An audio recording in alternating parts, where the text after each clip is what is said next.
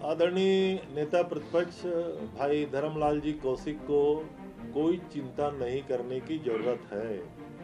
छत्तीसगढ़ में आदरणीय मुख्यमंत्री श्री भूपेश जी ने स्पष्ट रूप से कह दिया है कि हमारे जितने भी किसानों का पंजीयन धान के विक्रय के लिए हुआ है, सभी किसानों के पंजीकृत किसानों के धान को खरीदा ही जाएगा। Number 1। Number 2, Bharatiya Janata party कभी सपने में नहीं सोच सकती थी उतनी धान की खरीदी तो हम लोग आज तारीख तक लगभग 85 लाख मीट्रिक टन धान की खरीदी कर चुके।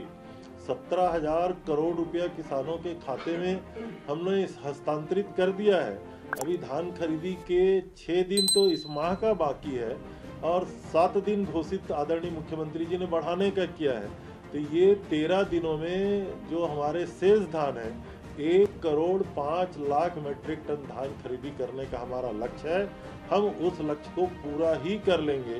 माननीय धर्मलाल जी कौशिक इसमें और अतिरिक्त चिंता करेंगे, ऐसा मैं सोचता हूँ। उनकी चिंता उनको नहीं करनी चाहिए। ऐसा है कि माननीय नेता प्रतिपक्ष जी के पास आंकड़े सही नहीं हैं।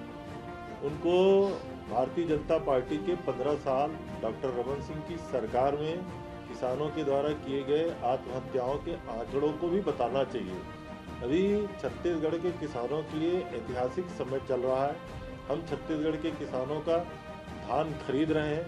भारतीय जनता पार्टी के लोगों ने कभी कल्पना नहीं की थी, सपने में भी नहीं सोचा था उतनी धान की खरीदी तो हम कर चुके हैं। 17,000 करोड़ रुपया किसानों के खाते में जा चुके हैं। कहाँ से माननीय नेताजी को ये किसानों की आत्महत्याओं की सूचना मिलती है? मैं तो उनके जो सूचना के स्रोत है उसी पे मुझे तरस आता है। बारिश दिखाई दे रहा है, हालांकि बारिश कम हुई है। इससे अभी छत्तीसगढ़ में जो मूल काम है, हम लोगों के यहाँ जो रबी का फसल है उसको इस बारिश से कोई बहुत ज़्यादा अंतर पड़ने वाला नहीं है। पिछली बारिश से जो सब्जी जैसी फसल थी, सरसों का, थोड़ा अलसी का, तिवरा का, इन फसलों को नुकसान तो हुआ था, लेकिन उसकी अभी हम लोगों ने आरबीसी के तहत किसानों को कैसे मुआवजा दिया जाए और इंश्योरेंस का लाभ उनको कैसे दिया जाए, सारे कलेक्टरों को निर्देश दिया गया है। इस बारिश से भी बहुत ज़्यादा नुकसान की स्थिति नहीं है। और पिछली बारिश से तो हम लोग 5 दिन धान खरीदी बंद हो गया था। इस बारिश से धान खरीदी बंद होने की भी संभावना नहीं है और छत्तीसगढ़ में धान खरीदी बहुत द्रुत गति से चल रहा है। मैं समझता हूँ इस बारिश से कोई बहुत ज़्यादा नुकसान होने की संभावना कहीं नहीं। छत्तीसगढ़ में आदरणीय मुख्यमंत्री भूपेश जी के नेतृत्व में सरकार ने नौजवानों के लिए रोजगार के कितने, कौन कौन से और कैसे अवसर उपलब्ध हो सकेंगे, उनके लिए किस तरीके से बजट की व्यवस्था हो सकेगी, उनके लिए आने वाले समय में रोड मैप क्या हो सकता है और यहाँ के नौजवानों को नौकरी, रोजगार, स्वरोजगार में कैसे हम लोग इंगित कर सकते हैं, इसके लिए बहुत महत्वाकांक्षी एक नई मिशन की शुरुआत आदरणीय मुख्यमंत्री जी ने की है। माननीय मुख्यमंत्री जी स्वयं अध्यक्ष हैं। सौभाग्य से रोजगार और तकनीकी शिक्षा मंत्री माननीय उमेश पटेल जी उसके कार्यकारी अध्यक्ष हैं और आज की बैठक में बहुत उच्च स्तरीय बैठक थी। मुख्यमंत्री जी के अलावा कार्यकारी अध्यक्ष श्री उमेश पटेल जी के अलावा यहाँ के आईआईटी के हेड, तकनीकी विश्वविद्यालय के वाइस चांसलर, एग्रीकल्चर विश्वविद्यालय के वाइस चांसलर और सारे डिपार्टमेंट्स के उच्चाधिकारी मौजूद थे और सबसे इनपुट लेकर के आने वाले भविष्य की रोड मैप तैयार करने की कार्य योजना आज बनाई गई है।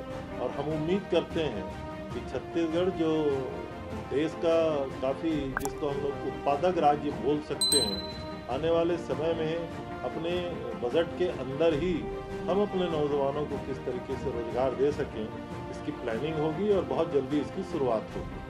आदरणीय मुख्यमंत्री जी यूपी चुनाव के हमारे स्टार प्रचारक हैं, मेन कन्वीनर हैं वहाँ के उत्तर प्रदेश के, और चुनाव प्रचार में वो लगे हुए हैं। छत्तीसगढ़ की पूरी टीम लगी हुई है। अब जब वहाँ दिल्ली के नोएडा में पंखुड़ी पाठक के लिए आदरणीय मुख्यमंत्री जी घर घर जनसंपर्क कर रहे थे तो उनके खिलाफ एफआईआर कर दिया गया। और कैराना में देश के गृह मंत्री जी जब घर घर संपर्क कर रहे थे उनके खिलाफ एफआईआर कौन करेगा? आदरणीय मुख्यमंत्री जी ने इसी बात को तो पूछा है। और हम भी आपके माध्यम से कहना चाहते हैं, चुनाव आयोग को निष्पक्ष होना ही चाहिए। लोकतांत्रिक सरकार के मुखिया, छत्तीसगढ़ के निर्वाचित मुख्यमंत्री के खिलाफ अगर केवल घर घर जनसंपर्क करने के कारण एफआईआर होता है, इस देश के गृह मंत्री के खिलाफ भी एफआईआर होना ही चाहिए। लेकिन अब देखते हैं चुनाव आयोग अपनी निष्पक्षता कब साबित करती है। अब मुझे लगता है कि छत्तीसगढ़ सरकार की आर्थिक स्थिति के बारे में सबको मालूम होना चाहिए। केंद्र की सरकार, उनकी आर्थिक स्थिति क्या है, उनकी वित्तीय हालत क्या है, ये तो केंद्र की सरकार जाने। लेकिन राज्यों के पैसे को केंद्र की सरकार जिस तरीके से रोक रही है, तो हमें लगता है कि केंद्र सरकार की स्थिति ही बदहाल है। छत्तीसगढ़ को छत्तीसगढ़ के हिस्से का लगभग 32,000 करोड़ रुपया लेना है। अतिरिक्त राशि हमें और क्षतिपूर्ति के रूप में मिलेगा, वो तो अलग होते, लेकिन हमें हमारे हिस्से का पैसा केंद्र सरकार नहीं दे रही है, पहली बात। दूसरी बात, वित्त विभाग में कोई फाइल नहीं अटकी है। ये जो आंगनबाड़ी कार्यकर्ताओं की नियुक्ति का मामला है, ये सतत प्रक्रिया है।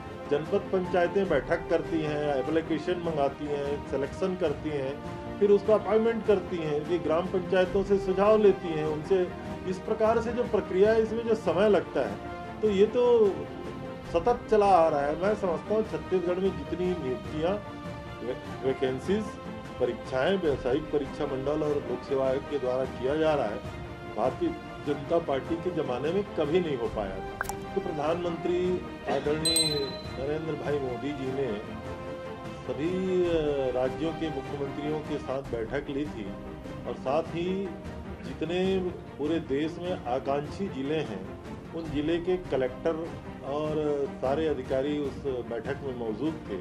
आदरणीय प्रधानमंत्री जी ने जो अपनी आकांक्षी जिलों की विकास की रूपरेखा उन्होंने जो खींचा, उसमें उन्होंने छत्तीसगढ़ की तारीफ की। सुकमा जिले के वैक्सीनेशन को लेकर के माननीय प्रधानमंत्री जी ने कहा कि जहां कभी 50% तक वैक्सीनेशन नहीं होता था, वहां 90% का वैक्सीनेशन पार हो गया है। ये आकांक्षी जिलों में कार्य करने का और वहाँ के जिला प्रशासन का जिस तरीके से कार्य जिला प्रशासन के द्वारा किया जा रहा है, उन्होंने सार्वजनिक तौर पे प्रशंसा की। और निश्चित रूप से हमारे छत्तीसगढ़ के लिए ये खुशी की बात है कि छत्तीसगढ़ के जितने भी आकांक्षी जिले हैं, वहाँ न केवल कुपोषण से हमारी लड़ाई, रोजगार के लिए हमारी लड़ाई, वहाँ के लोगों को आर्थिक स्वावलंबन के लिए हमारी जो कार्य योजना है वो सफल हो रही है। और आदरणीय प्रधानमंत्री जी अगर प्रशंसा करते हैं, तो हम सबके लिए सौभाग्य की बात है।